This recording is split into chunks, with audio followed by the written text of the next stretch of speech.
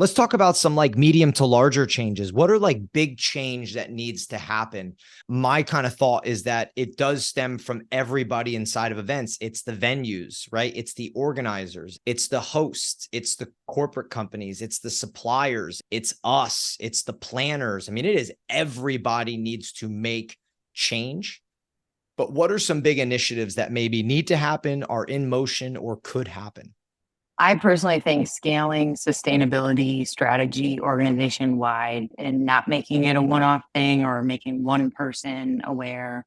It's really about an organizational perspective shift and, having committees and having, encouraging innovation, encouraging ideas, encouraging change. Basically, it's about innovating and doing things differently.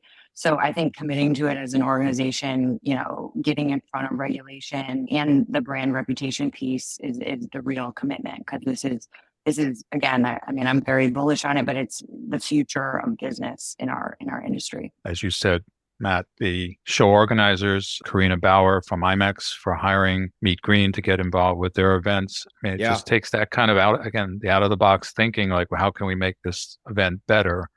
And down to convention halls. I mean, they need to be more sustainable. The Javits is doing a wonderful job. There's another in Detroit, another convention hall in Detroit doing a wonderful job. Yeah, Huntington Place. Yep.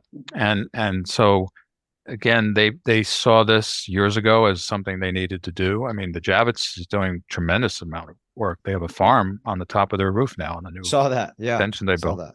So that's fantastic stuff that's going on. So I agree. I think venues, hotels have a huge responsibility to commit to green energy. And that's the second biggest thing after travel, bar none. So, event planners, suppliers, your hands are really tied on that, other than buying renewable energy certificates to neutralize those emissions, which are part of what we help and we teach on. But ultimately, yeah, it really comes down to the destinations and the venues and the convention centers and the hotels' responsibilities to really manage that and start tackling that issue.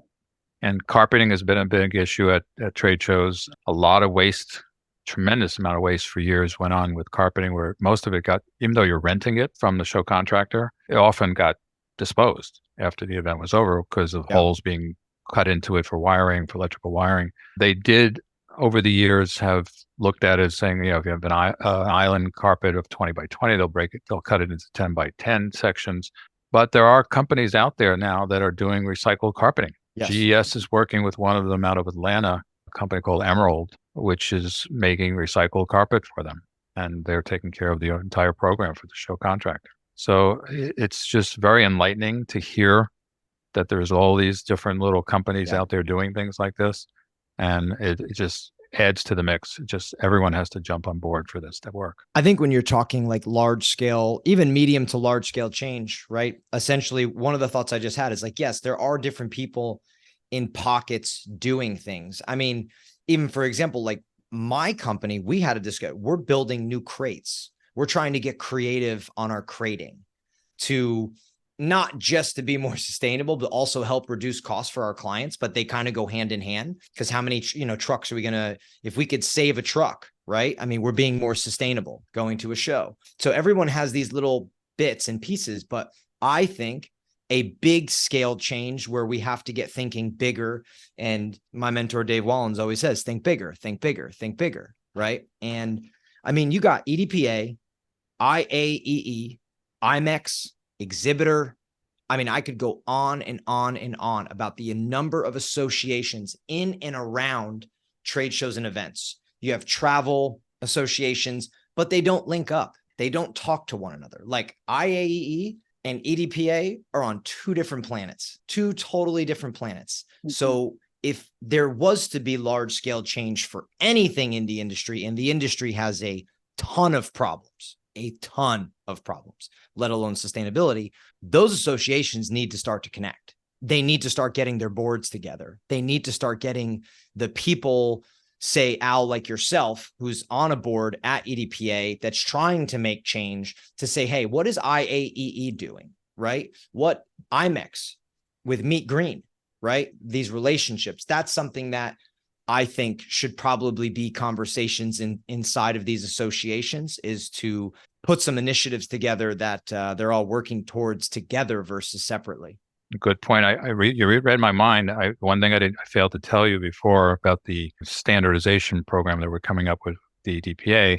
I had learned that a fellow named Ben Wiglis from Informa in the UK had started a program about 2 years ago called Better Stands program. And he's basically doing the same thing over in Europe that we're trying to do here. So I had one of our committee folks meet with him at IMAX Frankfurt in May, and we're going to form like sort of a partnership to make this more of an international standard of building exhibits. So that's a great example of working together, because it's silly for us to both kind of do the same thing and not kind of share our ideas together, which is beneficial for everybody. Yeah, you got to connect the dots, right? You got to get people doing the same thing. It's all relative to the same industry to a degree. It's just different pockets of that industry. Do either of you have any like real life examples that you've seen where you felt that there was actual like real impact made? People saw it, was sort of strategized and executed. Any real life examples you can share with everybody here? I mean, I think it's hard to see sustainability work when you're doing when you're really focusing on some of these big impacts, but really selecting a venue that uses green energy saves 6 figures worth of emissions, or can save you 6 figures worth of emissions. I kind of always go back to the same like bucketing in terms of impacts. But ultimately, like, I know IMAX, they have an amazing, they have one of the best exhibitor sort of sustainability guides. Ultimately, I think it's about leadership, sustainability strategy from the beginning, organization wide, and it's led by the event host. It's led with communication, procurement, behavior change. I guess Al's probably got way more specific examples than I do. I have more negative stories, but I don't want to share those. I have a few of those. I mean, one example I can come up with is, again, when the price came down on the recycled materials building exhibits this way back in 2019, I had a new client that I just met with, and they were looking for a new exhibit. And that's one of the first questions I ask in my discovery is sustainability important to your company? And he was new. He was just hired as a marketing director. He was more concerned with just getting the exhibit. Again, wasn't top of his mind. But I said, well, this is my first example of trying to come up with, well, the prices come down now. Why are we even asking that question? Let's just produce the booth that way for him, which I did. And we delivered to the show, set it up, show happened. I asked him after the show how the show went. He said, fine. I said, by the way, that booth was built with all recycled materials. He says, that's really wonderful to hear, because the owner of his company, who we didn't really know that well, was into sustainability big time. And it made him look like a hero when he went back to tell his boss, hey, that new exhibit we just bought was all made from recycled materials. So again, he wasn't caring about it at the beginning, but just by doing it, it mattered to him at that point. There's just like a little bit of a disconnect in the sort of old style of thinking. I heard a story last week from someone that they were at a trade show, and basically the venue was trying to charge an exorbitant amount of money for a flat screen. The exhibitor went out and bought a flat screen for a couple $100 and then threw it in the trash right on the way out of the door. So like, to me, it's so much more about how are we collaborating, how are we working together so that we can rent that flat screen from the venue and it's not being gouged and totally, that gives us a bad look when we have people exiting the building. And like Al, you said about, that exhibit hall just having, loads and loads and loads of straight to landfill trash. I mean, we have to do things differently, do things better, and not just because, we have control of this venue, should we be gouging people to the effect that we're throwing the flat screens straight in the trash. That's a great example of the AV companies not realizing the cost of monitors have come down so much that if they started renting them at a reasonable rate, most people wouldn't want to go out and buy their own. They would rent it. So you're forcing the exhibitor to kind of do what you just mentioned, is either give it away as a gift to one of their prospects after the show's over. Most of them not going to want to ship it back. Some will invest in an AV case, so they will use it again if they want to own their own AV at that point. One of my biggest things is shrink wrap. Not exactly on the same subject matter here, but it's just, if you think about the amount of plastic that's used to wrap pallets going into a show and out of a show, and that stuff just gets thrown away after it's just been unwrapped. it's mind-boggling how much waste of plastic is done in just shrink wrap alone. And it's not just Well, for and the there's event industry, it's for all industries. So there is a company out there now that's offering a very heavy duty kind of Velcro strap that straps around the pallet, and it's reusable. So it's not something that gets thrown away.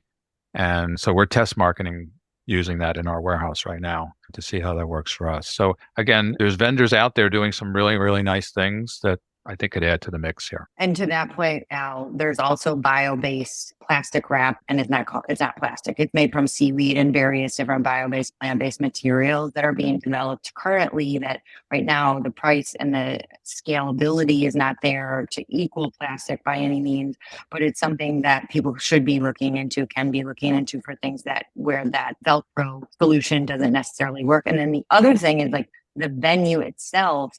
There are specialty recyclers who recycle plastic wrap that doesn't have food contaminants on it. So this is trade shows, like all that plastic wrap really, it doesn't have food on it. It doesn't have anything that's prohibiting it from being recycled. So, but then the venue needs to take control of that waste stream and then do something productive with it.